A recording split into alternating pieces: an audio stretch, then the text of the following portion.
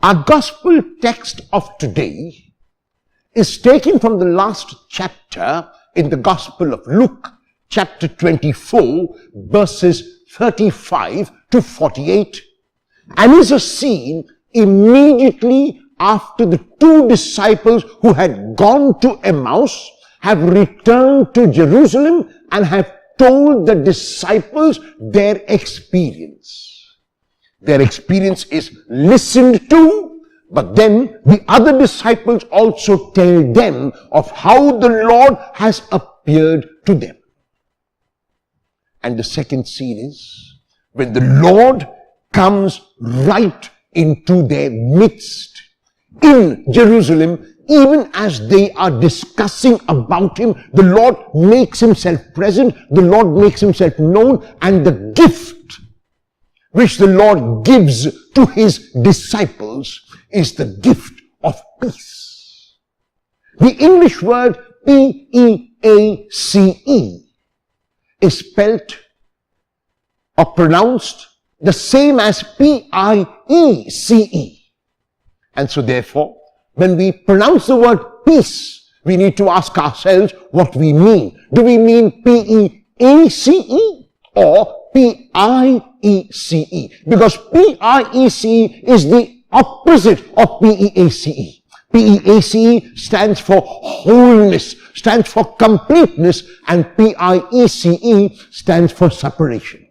So when the Lord wishes or gives his disciples, he is not gifting them P-I-E-C-E, but he is gifting them shalom, which is P-E-A-C-E, that is wholeness, completeness in every single aspect of their lives. And the disciples are overjoyed. And the disciples experience this wholeness which the Lord brings.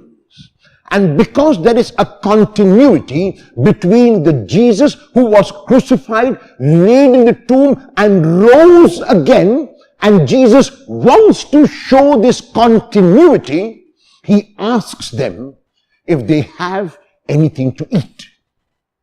The reason why he asks them is because they are still confused about whether it is really the Lord, whether the Lord has really risen, and who is this who has made his appearance to them.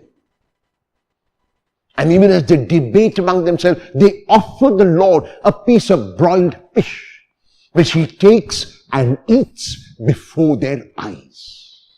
It is now a different Lord, and yet there is a continuity between the Jesus who lived in first century Palestine and the risen Christ now who makes himself known and offers his disciples the gift of peace. In the last verses of the text of today, Jesus explains once again to the disciples how all that happened had to have happened because it had been ordained by God. It had been planned by God. The reason why he does this is to offer hope once again to the disciples, to offer this hope that they must realize that in every single situation, even when they cannot see and experience the presence of God as tangibly as they would want to, God is still present. God is still in control. In Gethsemane, it seemed that God was absent from the presence of Jesus. In Gethsemane, it seemed that God did not control what was happening. In Gethsemane, it seemed that the Lord was left to manage on his own, but that was not true. Jesus experienced the presence of his Father through the Father's silence even in Gethsemane, and that is why he could dare to go to the cross. That is why he could ask his Father to forgive his oppressors because they did not know what they were doing. Not only was Jesus able to forgive them, he found an excuse for them that they were ignorant of what they were doing. And so the Lord once again educates his disciples. The Lord once again trains his disciples about this fact in their own lives, namely that God is always present, because in Jesus, God is Emmanuel, God with us. And God is not only present, but God is also a God of the present and the God of the now.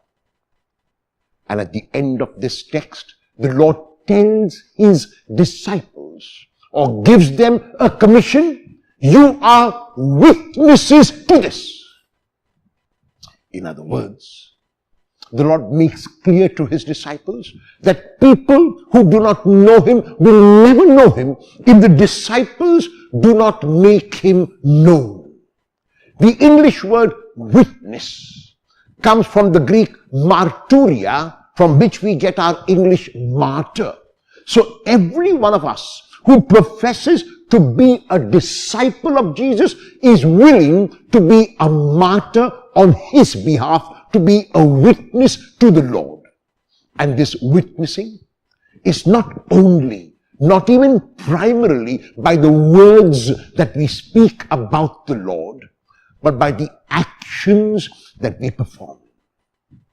If we, like the Lord, reach out and break ourselves like he broke bread and himself, if we share whatever we have with others, if we are less ambitious and less accumulating and more giving and more serviceable, then the Lord is seen, the Lord is felt, and the Lord is experienced.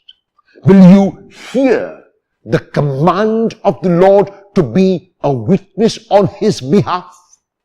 And will you be that witness today?